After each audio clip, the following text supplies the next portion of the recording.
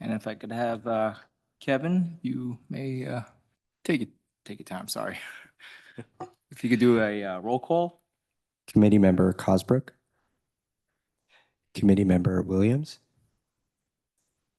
Vice Chair Lawton, Here. Chair Jarrett. Here, present. Thank you. Thank you. All right. Well, let's just do a land acknowledgement. So the, yes, yes. Thank you so much. Good evening, folks. Again, thank you for being here and serving. Very proud of you for serving. I have some things to speak about during public comment, but on this land acknowledgement, I've spoken about this several times here in Rohnert Park at the council meetings and in Rohnert Park, but I think I spoke to you about it as well before. I'm going to bring up a few points about this. This land acknowledgement is really improper. I don't know who set the agenda. I don't know if the chair and the city manager did. This really should not be on here. It's been an ongoing issue with the city council on and off the agenda and so forth, but it is really politically motivated. It is racist. It is disingenuous. And the fact is, it's full of lies, and it should not be reflective of the fine people that are here because it's full of lies. We want to recognize that we're on ancestral lands of the coastal Miwok. We are on ancestral lands of many hominids who have been here for thousands of years. Okay, so this is political pandering to a political group here in Sonoma County, particularly the casino and the powers at the casino. The casino first came to Cotati, the tribe, years ago when I was here, not sitting there, but out here.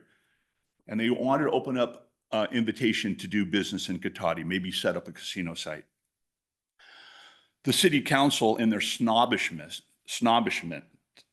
decided they were not interested. And they pushed the casino interests away. Well, the next thing that happened is that Rohnert Park, they got in negotiation with Rohnert Park. And Rohnert Park said, hey, let's do this, okay? Well, Cotati City Council got very jealous. How dare they? They raced to have the city manager write a letter back to the casino. Please come back to Cotati. Let's rethink this. I told them they were wrong. My point here being is that this is all political nonsense. This is about special favors. You guys keep this land acknowledgement on here. There are special perks that you can get from the casino tribes. You can get re-election campaign money through the back door, through other people, if you want to run for city council. This has deeper meaning than what really we're leading on to here. It says it does not take the place of authentic relationships with indigenous communities, but serves as a gesture of respect to the land that we are on, a gesture to the land. This land has done nothing to deserve respect. It is dirt. It is land, been here millions of years. It has done nothing noble. It has done nothing virtuous. This is political horse crap, okay? And I really don't want my police advisory commission to fall into this trap of looking like fools going down the same path that the city council has and city staff in promoting this malarkey. Turn on your critical thinking skills that we learn from our professors at the college level. When you see things like this, analyze it. Follow the money, what's really going on. None of this happened before there was a casino. Prue Draper and all the historians, nobody cared because it's poppycock. It's silly, it's silliness, but it serves a purpose, okay? And if we cared about the land so much here in Cotati, go down and take a look at the Cotati hotel site. Tell me how much respect we have for the land. Everybody is complaining about that nuisance down there. City council's silent. It's not your responsibility. I'm just saying. City staff is silent on this. Am I over time, Kevin? Yes, George, thank you. Okay, I'm sorry, but I didn't see that. Please remind me if I'm over time, Kevin. Thank you, George. Thank you. All right. The city of Cotati recognizes that we're on the ancestral lands of the coastal Miwok, who are the original caretakers of this area. We respectfully acknowledge the indigenous peoples who have been stewarding and maintaining a relationship of this land as knowledge keepers for millennia.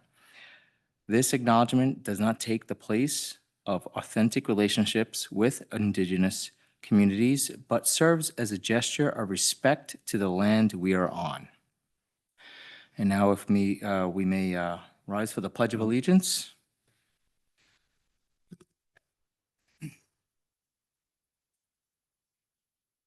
Pledge allegiance to the flag of the United States of America and to the republic for which it stands, one nation, under God, indivisible, with liberty and justice for all.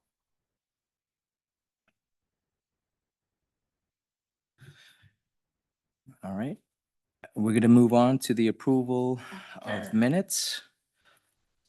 Let me just find my place. Does any of the committee members have any questions for the staff from the minutes of the last meeting? Okay. No. Like to open it up for public comment. Anybody on Zoom or in person here? Okay. Kevin, anybody on Zoom? Thank you, Chair Jarrett. Speaking to our Zoom attendees, if you'd like to make a public comment on approval of the minute, please use the raise hand icon. Carol, you had a question? Yeah, I put some, two items in, put in the packet, which could be addressed, addressed at the next meeting if, answers aren't readily available now. These came out of discussions, that I had with, people who participated in the meeting remotely and had these questions which we discussed. And Yeah, I was actually, given a copy of before the- we, sorry to sorry, interrupt you, Carol. before you get too far down that road. What? I believe that was, what was submitted was included in the packet a little later on tonight as a, Yeah. as Oh, you a are. Yeah, it is correspondence. in there. So if you, Yeah. yeah, if you're ready to discuss it Oh. now, this time. We were just going It's- to do the minutes, approval of the minutes from the last meeting first, and then public comment, that we were going to move on to that. That's what I have it as for the agenda. Oh, no, Not we have yet, to no. vote on it. Okay. Yeah, sorry about that. But as we move on to, excuse me. Let's see, we have the change of agenda and then public comment, and then that's, Damien, where we could, Carol ask these questions. Is that correct? Do I have that order correct? Well, so I believe it was included under, just attached as comments received from the public, Okay. right? That's how, because it's not agendized for a discussion, but we can have at least a high level, just some high level information, and it's up to the committee if they want to agendize specific elements based on the outcome of that conversation. Okay. So Yeah, it's not, it's not we were just- agendized, it's not agendized for a detailed discussion tonight, but we can have some broad Q&A. And then if there's more interest in the committee to get into certain elements of it, then we can agendize it for another meeting. Okay, the so we agenda. could save this, Carol's questions for public comment in the next couple of, It's reports by committee. It's under that item. So Reports when you by get to committee. item 10, we can have that Q&A. okay. All right, is that okay, Carol? On the agenda, Carol, item 10. Item Mhm. 10, is that okay? We're going to go over Item these 10. questions. Item 10? Yeah. Okay. All right, so there's no questions regarding the approval of minutes. Let's all take a vote to approve. All in favor, say aye. We need a motion and a second first. I'm sorry. Who would like to, I like to motion to approve the minutes. Do I have a second? A second? Okay. All in favor to approve, say aye. Aye. Aye. Any opposed? No? Okay. All right. Let's see, moving on to 6, change to the agenda. All right, so any proposed changes to the agenda from our committee members or staff? There's no proposed changes.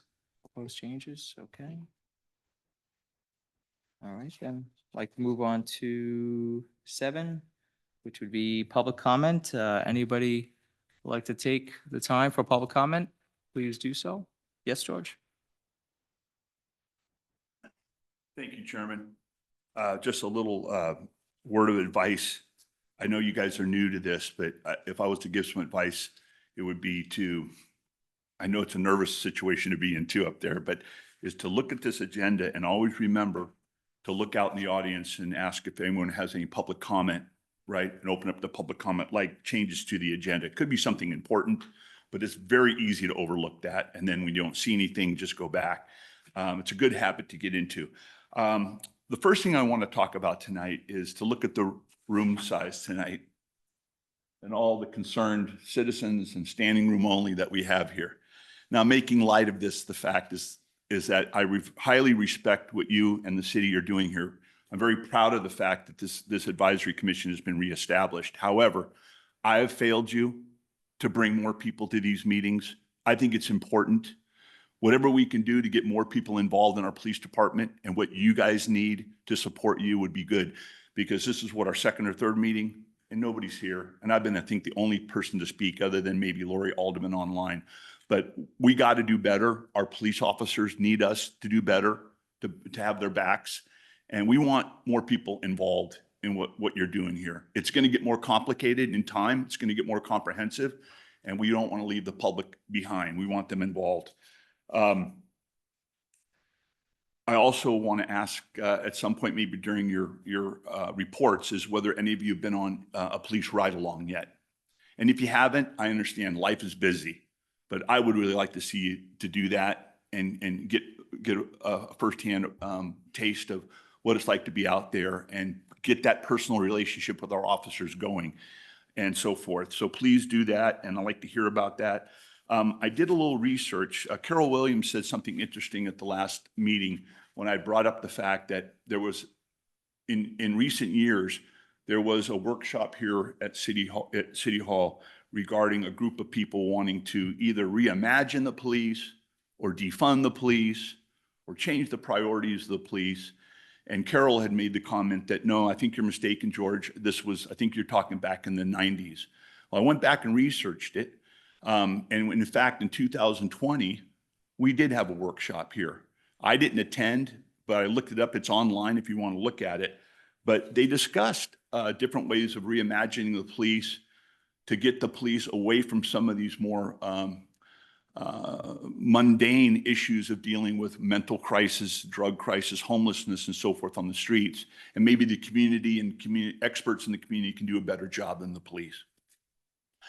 We did have that meeting, and I copied an article here, and it had to do with, I think it was called CAHOOTS, CAHOOTS. And you can research this yourself. It's called Crisis Assistance Helping Out on the Streets. And Carol, maybe during your report. I remember the name Yeah, and Cahoots, and if you can give us a little report what you remember, it may have been a very good idea. Mhm. But this happened after the George Floyd 2020, the Right. riots, right? And it says here, when protesters hit the streets after the murder of George Floyd, communities scrambled to figure out who other than the police could deal with emergencies, and many looked to CAHOOTS. So let's look at that. These things run in trends sometimes, and we're kind of in a okay trend right now, but we did have that workshop, and good luck tonight. Thank you for your service. And, Thank you, George. and now we have what Cahoots did get started, and now it's, I forget the name of it. It's a It's called the SAFE team. Yeah, sa- we actually sa- contract. safe. Yeah, we contract with Petaluma Yeah, People and Services for. it involves Rohnert Park and Cotati together, and they deal with all kinds of emergency type issues. Yeah, the SAFE model was based on the CAHOOTS model. Yeah. And so that we have that 20. That grew out of those meetings and discussions. Yeah, they're a 24/7 operation that operates in our particular group that we have is Rohnert Park, Cotati, and Sonoma State. And so they offer resources for homelessness and also related to mental health. And they're a mobile crisis unit that supplements some of the work that we wouldn't otherwise necessarily be involved in. Thank you. Any comments on Zoom? Yes, Oh. thank you, Chair Jarrett. We do have a member of our Zoom audience with their hand raised. Lori Alderman, you have the floor. Hi, I just wanted to add that with George and that we were both doing the article on Cahoots. What's really interesting is now Cahoots funding is being on the put on the shopping block this year with the new administration and everything. So it is time to reimagine and limit what's happening. The other thing we were talking about starting neighborhood watch programs, and at some point I'd like to in this meeting to discuss how we're going to do that. Like we're here on the west side, we're pretty separate from everybody else, so we'd probably be one group, but how you would figure out what areas and who could take them up. Okay, thank you. Thank you. Anyone else on Zoom? Okay. That was the last hand on Zoom. Thank you, Chair Jarrett. Okay. Any public comments from our committee members? Okay. Yes. I just want to say I've often been in Oliver's parking lot and seen Safe there, constantly looking for people who need help. Thank you. All right. If no other further public comments, we're going to move on to matters at hand. Excuse me. And let's see.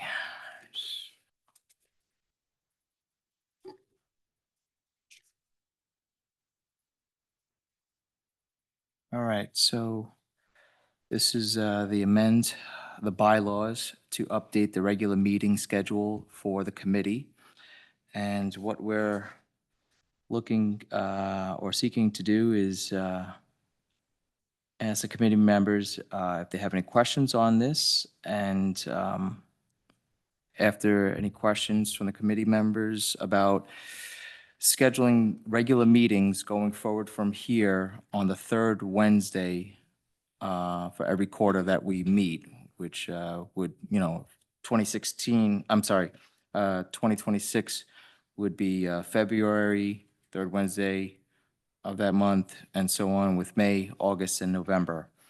Do we have any? And Chair Jarrett, before we get into any committee conversation, we have a short staff Yeah, report on it. just I can run give through a it, yeah. real quick summary, just a few minutes, just so everyone kind Sorry. of. No, Yes. no problem at all. So just going by what's written in here, it's recommended that the committee, as you mentioned, by motion, approve amending the committee bylaws to set the regular meeting schedule to the third Wednesday in the months of February, May, August, and November. So looking at the section itself, we had Rule 6, which talked about that originally, talked about January, April, July, and October.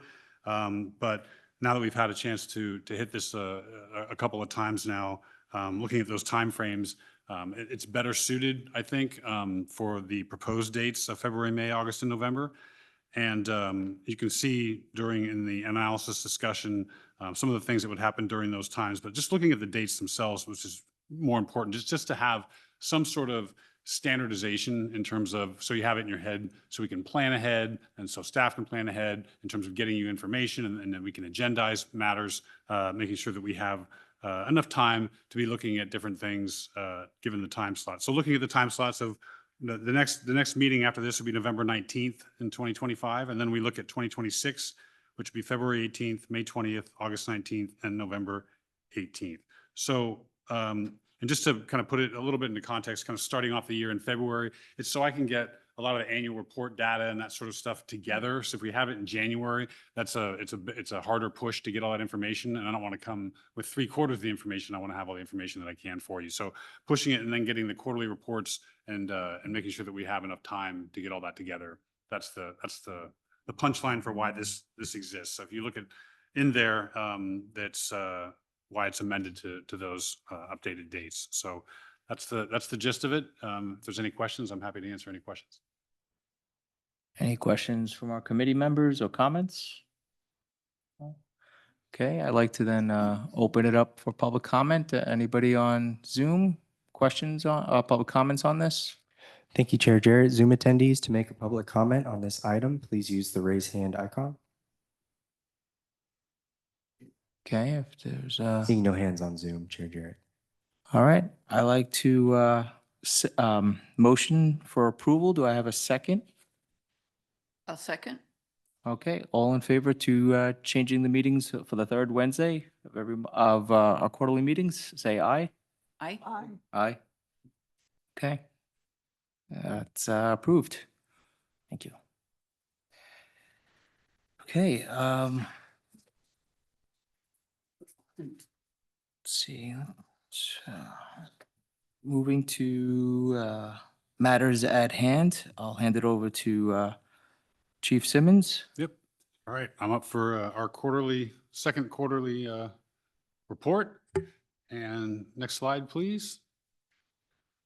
So I'll jump right into the data. Again, this is for Q2. This encompasses the months of April, May, and June. Looking at calls for service and officer initiated activity for Q2 in 2025, we totaled 3,088. And just for comparison, there were 3,248 events in Q1. And also in there, as you note, I always put in a quarter of 2024 to offer some comparison. So last year in 2024, if you take a quarter of that, we were at 3,152. So we're all kind of similar in terms of the events. There's no large, necessarily notable uptick up or down one way or the other in terms of our calls for service. Next slide. Looking at our arrests for Q2, totaled 138. Comparatively, in Q1, there was 122. So we're up with a few arrests. Also, last year, we had 139 arrests if you're looking through 1/4 of that year. Next slide. All right, looking at the crime trend data, the top 5 arrest categories in Q2, a little bit different than in Q1. Driving under the influence, drugs and narcotics, simple assault, disorderly conduct. A lot of times that means if you have someone who's drunk in public, a lot of kind of the bar scene kind of issues that'll come up. That's typically ends up in a disorderly conduct. Again, some of these the crime trend data are lumped into a number of different crimes. These aren't specific, just one crime. They could encompass a number of different crimes, but just kind of by way of plain language, that's what how they appear this way. And also vandalism is in there as well. If you looked at the 5 arrest categories in Q1, DUI was also there. There's a lot less, 38 as opposed to the 51. Drugs and narcotics were also up there, drug paraphernalia, shoplifting, and disorderly conduct were from Q1. So not dissimilar necessarily from anything that we've had going on in our second quarter as well. Next slide. Citizen complaints. We've had 0 citizen complaints in Q1 and in Q2. So that's it is what it is. I'm very happy about that. We always strive for 0, right? But if there's, I think I've mentioned this to the committee before, if there's any kind of complaint at all, whether that comes from by way of email, a phone call, written, they walk in the lobby, all of it, we take all complaints all the time and we investigate them fully. So if someone was to do that, that would be on the board, but that hasn't happened in the first 6 months of 2025 for us. So I'm very pleased about that. Just to give some, I think last year we maybe had, 4 or 5, and the year before that might have been like 8 or 9. Don't quote me on that. I don't have it in front of me.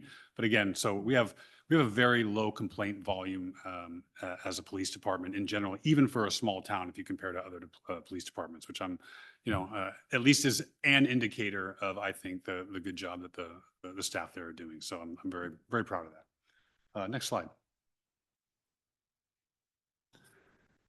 This just goes into the types of allegations, and we don't really need to go into this because we don't have any complaints this quarter. Should we have a complaint at some point, then I can go into, a general, what I would provide really is a real general summary of what that complaint is.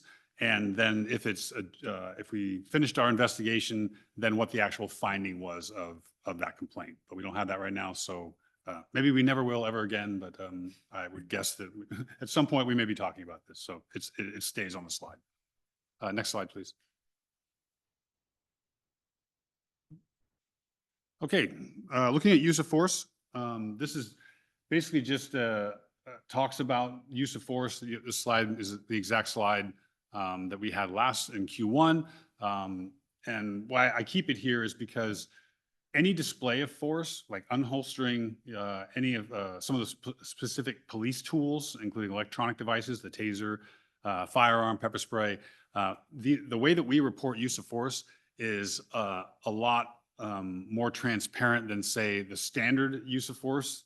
So when you look at the actual Department of Justice use of force, they're talking more about officer-involved shootings and force with great bodily injury and that sort of thing. So obviously we track that as well, but we track all sorts of things that even other departments don't track. And that's just in an attempt to be more transparent about anytime that we're having an interaction with the public and what we're calling use of force. And we even include display of something as a use of force, which a lot of departments don't include that. Next slide.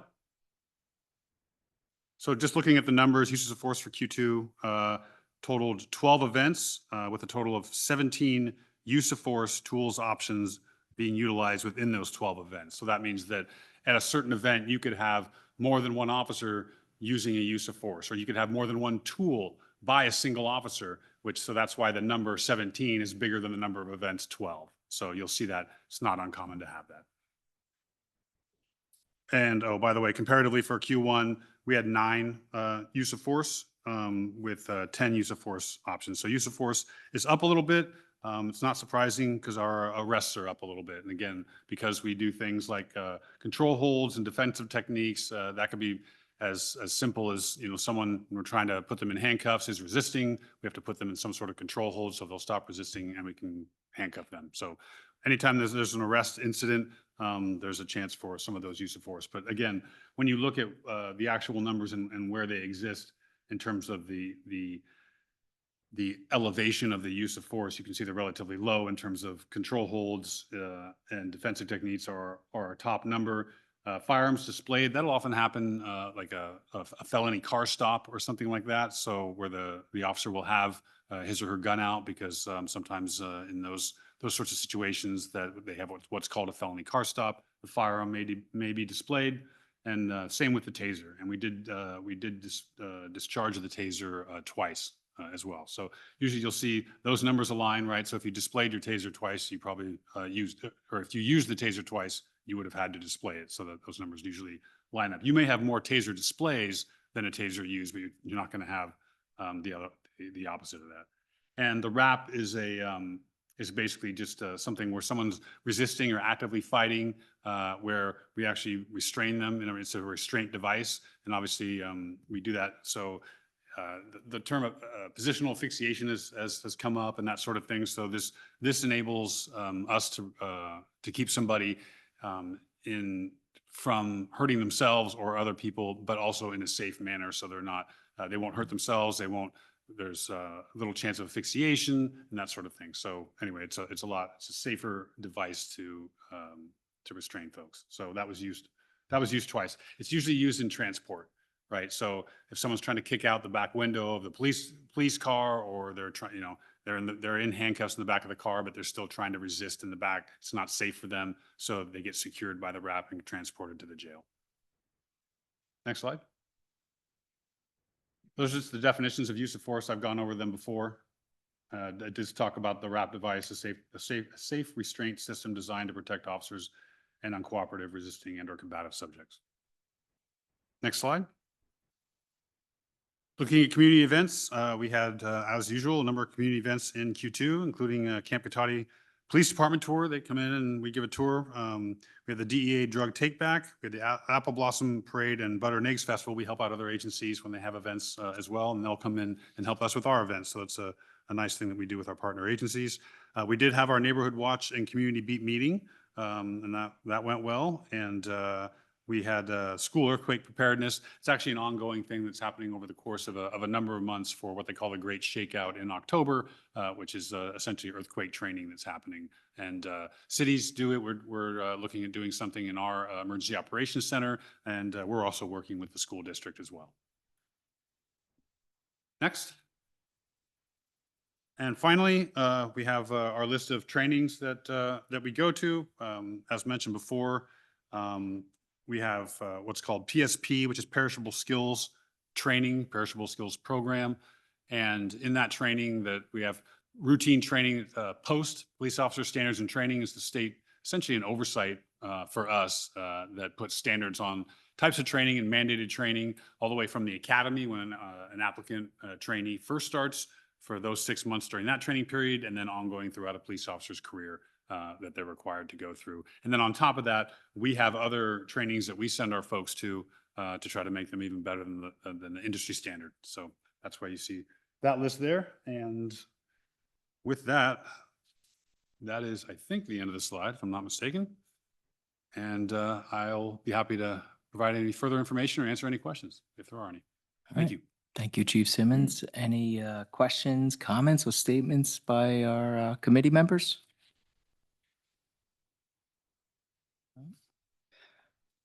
All right, oh, did I see a hand up? No, all right, just my imagination. I'd like to open it up for public comment then. George? Thank you, Chief Simmons, for another great report. The chief has been very good at times to give us definitions to his terminology. Sometimes it's not as clear to me on the terminology, so I'll ask a couple questions about that.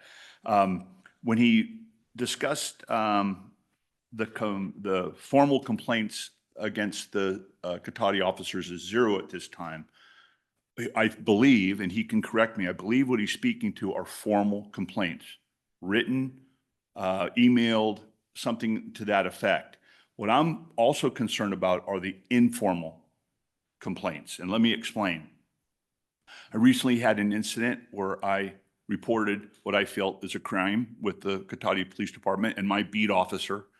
It went through the chain of command. I believe they investigated it, never got back to me. So I went into the police department to inquire, and I was told by one of the supervising officers that they did a cursory investigation and found it didn't turn up anything.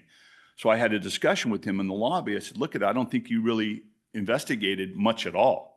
If anything, you kind of looked the other way. You need to go back and do some research on this, do a public records request. I won't give you the details about the particular complaint, but kind of close the case, right? Story over.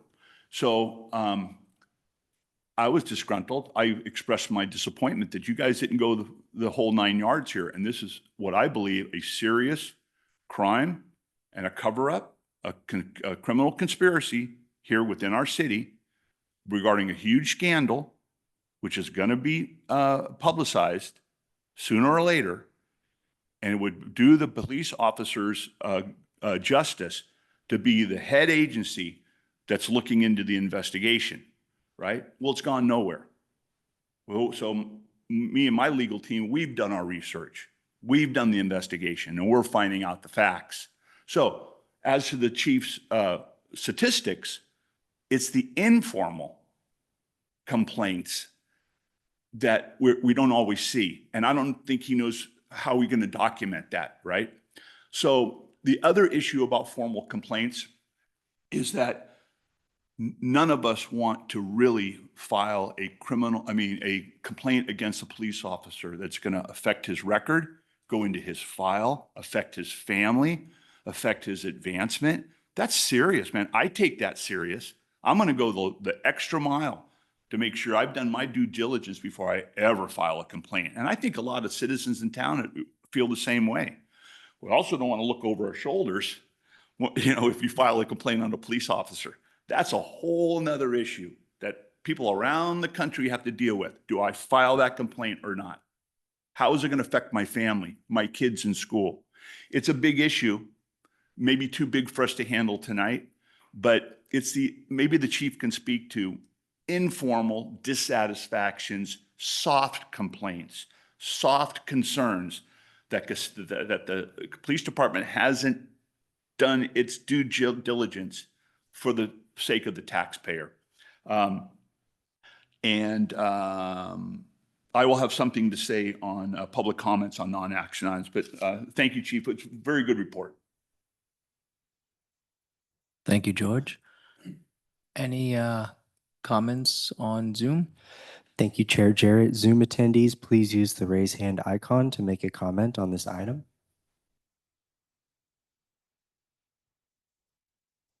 Seeing no hands, that will end public comment. Thank you, Chair Jarrett. Okay. I'd just like to turn it back to, excuse me, our committee members. If there's any discussion you'd like to ask Chief Simmons on this or questions that might have come up? No? I can make a clarifying comment regarding the public comment and Yes, just simply please. say that we don't distinguish between formal and informal complaints. We'll take any complaint and we'll investigate it. So it's designed for a complaint against a specific officer or officers, right? That's what a complaint is. So if there's a discussion, if there's a request, hey, could you look into this more, that sort of thing, we don't take that as a request, as a complaint that we would then investigate an officer, right? So we look at the officer as a particular officer would be a subject officer. If that's not happening, then we don't count that as a complaint in that regard. So if there's a discussion or someone says, hey, you know, can you look into my case a little more, whether we do or whether we don't, if they say, hey, you know what, you didn't look into my case right and you didn't do the proper due diligence that you were supposed to, I want to make a complaint, then that's a complaint. They can verbally say that. So it doesn't have to be written. It can be verbal like anything else. So just some clarification on that. Thank you. Okay. Well, no vote is needed, so is that correct? No vote? No vote, right? No Yeah, motion? you're just receiving it, yeah. Yeah, just receive it, okay. All right, I'd like to then move on to 9, reports by staff. And do we have any reports, Kevin or Damien? Oh, Nope, Chief? not beyond. Sorry. Nope, not beyond what we just discussed. Thank you. Okay. All right. So no reports by staff. We'll move on to topic 10, reports by committee. And if I like to hand it over to Carol to ask you questions. Please use the microphone. Yeah, and I'll just say, just for the purposes of this conversation, we just got to keep it at a high level. If the committee wants to agendize any particular aspect, that's for a future meeting. Yeah. I would say it's probably best to put those questions and the discussion of a possible ordinance put over to the next meeting rather than, answer them off the top of your head, and unless you want to do a preliminary Yeah. discussion. I think about there's some that. high level just feedback we can give. Yeah, I you mean, know. and it may hone in, if nothing else, if there's a particular interest in part of this, because I think some of the answers to these are actually fairly simple. In fact, and not to minimize them, but at least in terms of, from my perspective. So I'll just really quickly, there was a question on how many cameras we have. And I don't know if we want to have a discussion about, cameras like in the city type cameras or cameras, body worn cameras that the officers have. So just in relation to that, just so you know, we have all of our officers, our sworn officers who are out on the street have body worn cameras.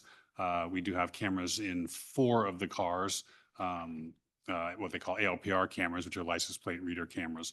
And that's what we have right now. So I don't know if there was some other question on cameras, but that's what we have from an equipment standpoint. And Yeah, so Ring cameras, the very commercial sold cameras. Is there any way possible, let's just say, for instance, if somebody has a Ring camera that's pointed out in the street, but also on the side, protect, watching over their cars or something, to make that particular camera available to the police viewing, if anything? Or is it just by, if there was some type of crime there, that it would be requested? It's the latter. So basically, if you have a Ring camera at your house and something happens or you want to report something to police, then basically we would come and ask and hey, can we take a look at that from an evidentiary purpose? And then you'd either give us permission or not give us permission. And that's all that is. In fact, you can register with us to say, hey, we're a residence that has these. And so that way we know if for some reason a crime may not happen at your house, but it may happen at your neighbor's house. You may not even know about it, but we know that your house has cameras. So we know to go to knock on your door and say, hey, are we able to look at your cameras because there may be some evidence related to this crime? It has nothing to do with you. But that can be evidentiary in nature too and helpful for our investigation. Okay, thank you. Okay. Can I make a comment? Yeah, absolutely. I believe in our last meeting, you clarified something about why, and I don't know if that relates to what you're talking about, why Cotati was getting cameras to view certain areas of the city. And your answer was Mhm. because we can't, if a crime is committed in Cotati and there's a camera at Lowell's that shows it, we can't connect with that camera unless we are, is that correct? Yeah, so this was a discussion about flock, what they call flock cameras, which are the license plate reader cameras, and we don't have any of those in the city. But just, I think how this came up was because we had a council meeting not that long ago where they were actually approved because it was becoming problematic because, for example, Lowe's has flock cameras and we weren't able to plug into their cameras. It's different than the Ring camera conversation because these are about license plate reading. This isn't about actual like video or anything like that of, being able to look at something like a Ring camera with a recording. It's not that type of camera. So different type. So that's where the discussion was about. And we are getting 2 flock cameras for the city, and that's in the works right now. We don't have those. It's going to be a number of months away for that. But it's good news for us because then we can actually have access to all the other flock cameras that are basically throughout, other jurisdictions that surround us in our neighboring jurisdictions. So if someone comes into our city and has, say, for example, a plate that has been registered as what they call on a hot list, for example, like a stolen car or a plate that's a wanted person who's done some violent crime, that car plate's associated with that. They come into our city or they come into the neighboring areas, we'll have an alert access to get alerted when that happens. So that's beneficial. We're not there just yet, but hopefully in a few months we'll get down the road on that. Okay. Is there any more questions about the cameras at all? Was that pretty good? Okay. Do we use drones? And the answer is no. We don't have a drone program. When I was with the sheriff's office before I came here, I had a very large drone program that I ran. It's really successful, helps, for finding people and that sort of thing. And they're fairly expensive to run those sorts of programs. So if nothing else, it can be costly. Grants can help out with that sort of thing. So that's maybe a different conversation at some point. But as of right now, there is no drone program associated with Cotati. That's become a big issue in the county, not just for policing, but for planning with drones going and checking out what improvements and things people have done to their properties, perhaps without permits. So, that's an issue that has been raised. I don't know whether it's being an issue in other jurisdictions or cities or anything, but that's what kind of brought up the issue of drones, I think. Yeah, I'm an advocate of fairly restricted use of drones. I do find them useful for policing, to be quite honest with you. For searching for suspects, searching for missing people, for those of, Alzheimer's or have wandered off, just like a search dog or anything else, they're extremely helpful with that. Also for, certain tactical situations that we wouldn't really be involved in necessarily, and also crime scene observation. So if there was a large crime scene, you put up a drone, it can grid it, and that's for evidence purposes. Outside of that, then you start running into privacy issues more and more and that sort of thing. So I'm sensitive to that as well. So I don't think although I'm an advocate potentially of a limited drone program, even for a small city, we haven't, there's been some real limited discussions, but nothing really solidified at this point in that regard. And most of that, quite frankly, has to do with cost. So Okay. any questions on that? Yep. Yeah, we don't have that as a department, a drone program at this point. Yeah, just going off of Carol's question, I mean, drones, if we were to get them, would be primarily used for criminal investigation, not like permits. That's more civil, It has correct? it has nothing to do with the police Yeah, department. that like I wouldn't said, be yeah. used for that. We would only use it in the case of like a fleeing felon, Yeah, right? That was, they were in a foot pursuit or some sort of pursuit or some, that sort of thing. That would be the main criminal component of that. Where you see them used more than anything in a police department, in my experience, has been missing people. When you have a missing person, an elderly person's wandered off, someone with dementia, you have some issue like that, and you know they're in a certain perimeter, throwing up a drone in that perimeter to try to find them, especially looking for heat sources and that sort of thing, the drone can be really useful for that. So they're better than dogs. I hate to say that, Dolly, but they're really Yeah. good. I've been reading that, read an article that drones have becoming quite successful as first responders, like getting there really quickly to help out somebody but That's a whole nother conversation. I mean, a small city like this, that's a whole nother conversation. Yeah.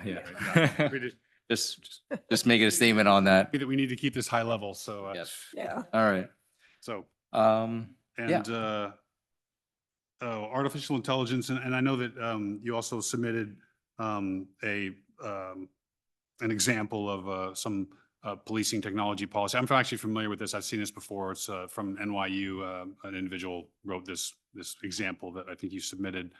I'm not aware of any department that's using it necessarily, but in any event, what I will say about us is, so we have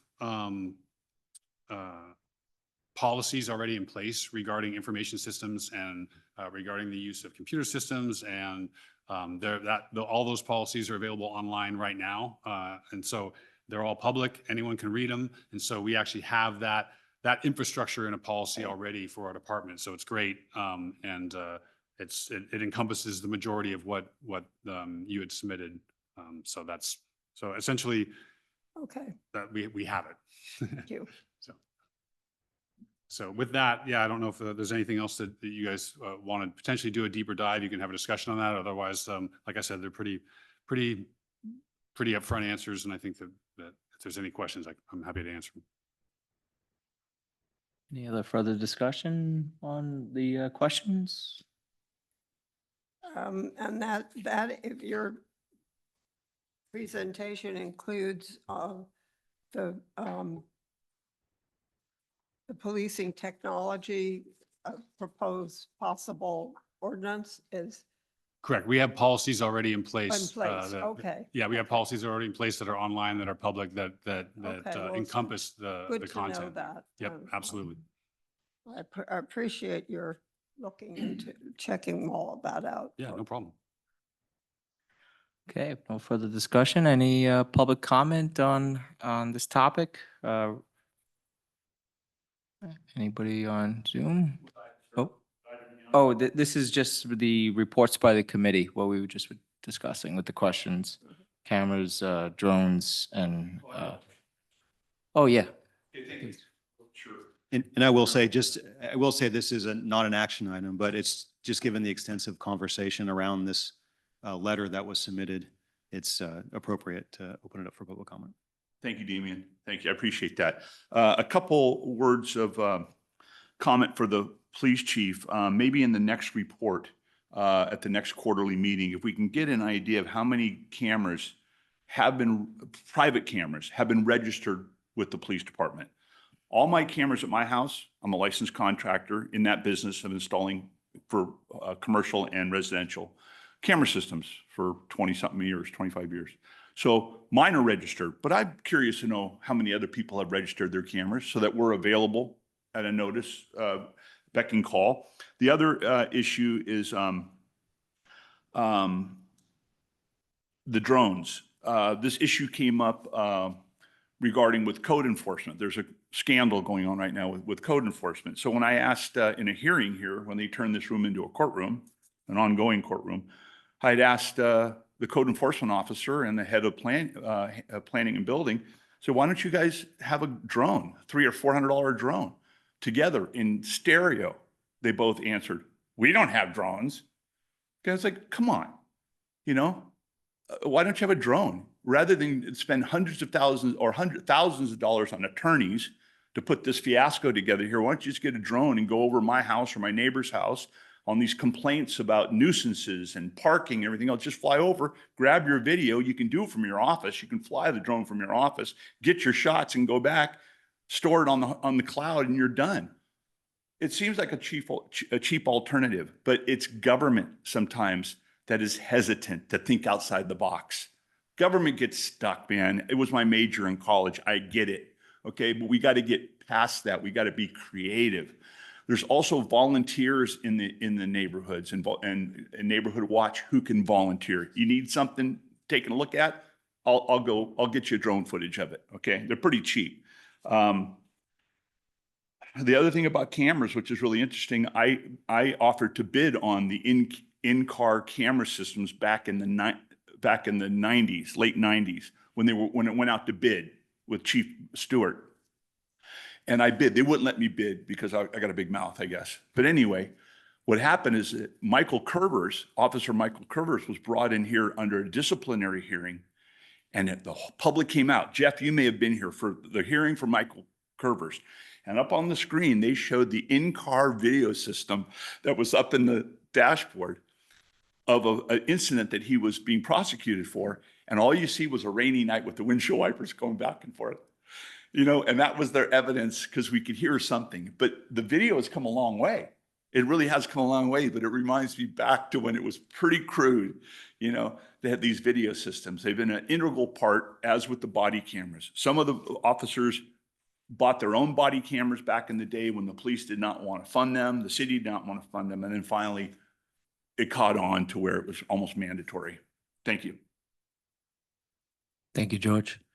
Any comments on Zoom? Yes, we do have a hand on Zoom. Oh, it just went down and now it's back up. Lori, you have the floor. Hi, I just wanted to say that we do need to look into privacy rights. One of the issues with the code enforcement scandal, whatever you want to call it, is privacy and people's rights to be secure in their property, to not have the government doing unreasonable searches and stuff like that. So this really needs to be put into the thing. My other comment is, I know where to get on the internet to get all the like the codes, the police policy, everything. It needs to be better put in the website so that people know how to what the use of force policies and stuff. And it just needs to be integrated in better. Thank you. Okay, thank you. All right, if no further discussion, with that, for reports of committee, I'm going to move on to public comment on non-action agenda items. And so I'd like to open it up for any public comment here or on Zoom in person. George? Thank you, Chair. I'll be brief. There's two issues. First, I want to offer my apologies on the issue of 8A on rescheduling the meetings. You had done a motion and a second before I realized I missed something that you may want to take up at a later time as maybe a future agenda item, okay? I missed it. The third Wednesday of the month is the regular meeting of the Rancho Adobe Fire Department. I've been attending those meetings off and on for over 20 years. Very interesting, very vital part of what our community. And we used to wrestle when the city council meetings were on Wednesday night for many years. I would go to the council and say, look, we got a problem. I want to go to that meeting and I want to go to this meeting. And citizens should not be torn between which meeting they won't have to go to. You got to stagger this. Your meeting's on the second Wednesday, yours is on the third Wednesday. I go to Rancho Adobe, they said, we're not changing. We've had our meetings on the third Wednesdays for 40 years. We're not changing. I come here to the city council, they say the same thing. We're not changing. So you got these agencies going like this, petty, juvenile, little power plays, okay? So my point is, this is humanity. This is how we deal with stuff sometimes. I would like to see maybe on a future agenda item, if there's any way the chief can look at putting these meetings on the second Wednesday, because these agencies should not be fighting themselves and be scheduled at the same time, same night. It divides us. It's not good government. It should be open, honest government. And I apologize I did not bring it up. It went over my head when I saw it and it was too late. The last item I want to speak to is, for many years, I've been a big proponent of emergency preparedness here in Cotati and with the fire department. We had a wonderful emergency workshop here in this room some 25 years ago. I always tell people about it, how great it was before many people here were around, and it stopped. And we need it. We need emergency preparedness training for elders, for emergency earthquake preparedness, everything. We need it. And I'll keep asking the police department in the city to find federal funds, state funds, whatever it takes to educate us, to take care of us and our neighborhoods when the big one hits, when the big plane crashes, whatever it's going to be, the next pandemic. We have the talent. It's not expensive to get this training, and we need to help our neighbors. I've got emergency supplies stocked up, but I can't feed my whole neighborhood for weeks on end. I wish I could, but we all got to do more. And I think we have a fine police chief and a city manager who can make this happen. And I'm kind of getting tired of being ignored by the city council because they didn't think of it. They can't put the feather in their cap. It's petty. We got to look at our health, our seniors, and our quality of life. And I hope that as you as an advisory board will make that recommendation to the city that we need to step up our game with emergency preparedness. Thank you. Thank you, George. Any comments or raised hands on Zoom? Yes, we do have a hand. Lori, you have the floor.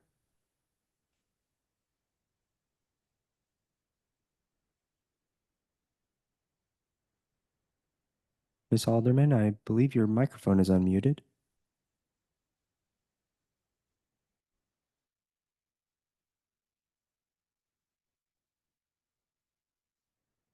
Lori, we're still not hearing you. I see that your microphone muted and then unmuted.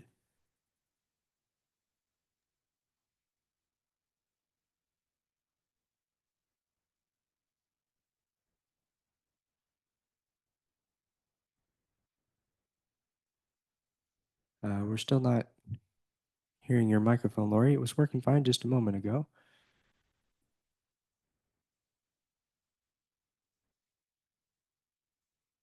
All right, I would give her a moment, but I wanted to bring it back to our committee members if they had any comments, public comments, or non-action agenda items. Hopefully, Lori's microphone could get working as we. Yes, I don't know if this is appropriate, and I apologize, but I've been to a couple of community events, one last night, a couple of them. And I've had two city council members ask me why aren't we represented at these community events at the park? My answer has been, we're new, we're not really sure what our face to the public should Yeah. be. I'll give it to her in a minute. I have to. Okay, Lori, it's working now, but can we have you mute and then we'll give you a moment here in a second? so the question is, do we want to have a table, for example? Their whole big thing was, this is a great thing that we're doing, but nobody knows about you. And I understand the bylaws, and I'm just questioning, is there an appropriate venue that the committee would show up to, and how involved would that be? So I just wanted to put that out because people when they ask me what we're doing, I, talk to them about our official position. But I was just wondering, is that something we've thought through, Damien, that is there a face to the public, or are we a private entity that behind the scenes, so to speak? I do think, I mean, the chief might have some ideas too, but I do think there's some opportunities. One of the main roles of this committee is, is to, work with the department and the public to sort of bridge that communication and help, come up with, new ideas, maybe that the police, like new ways the police can interface with the public.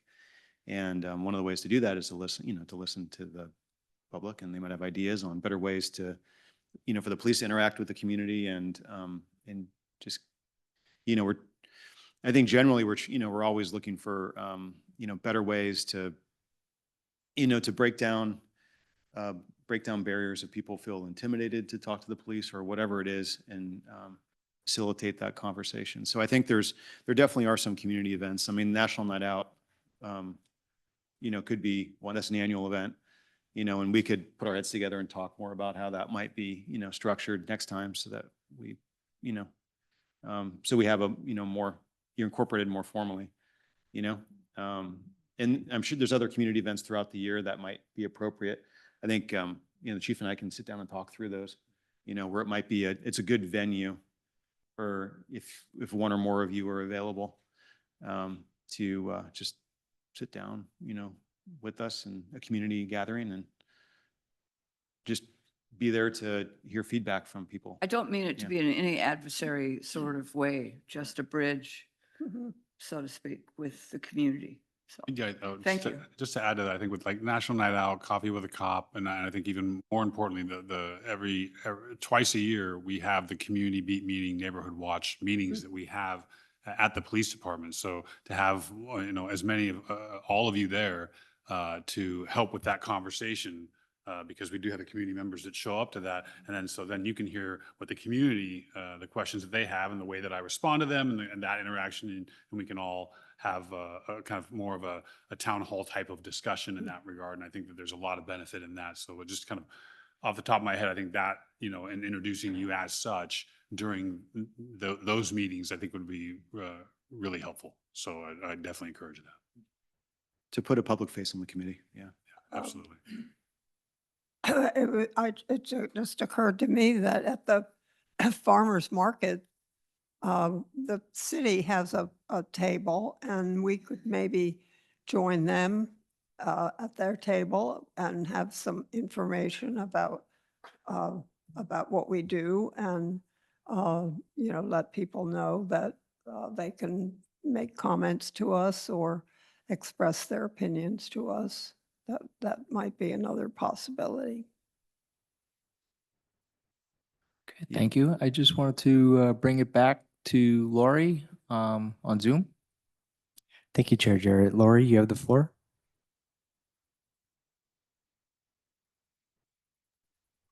Can you hear me?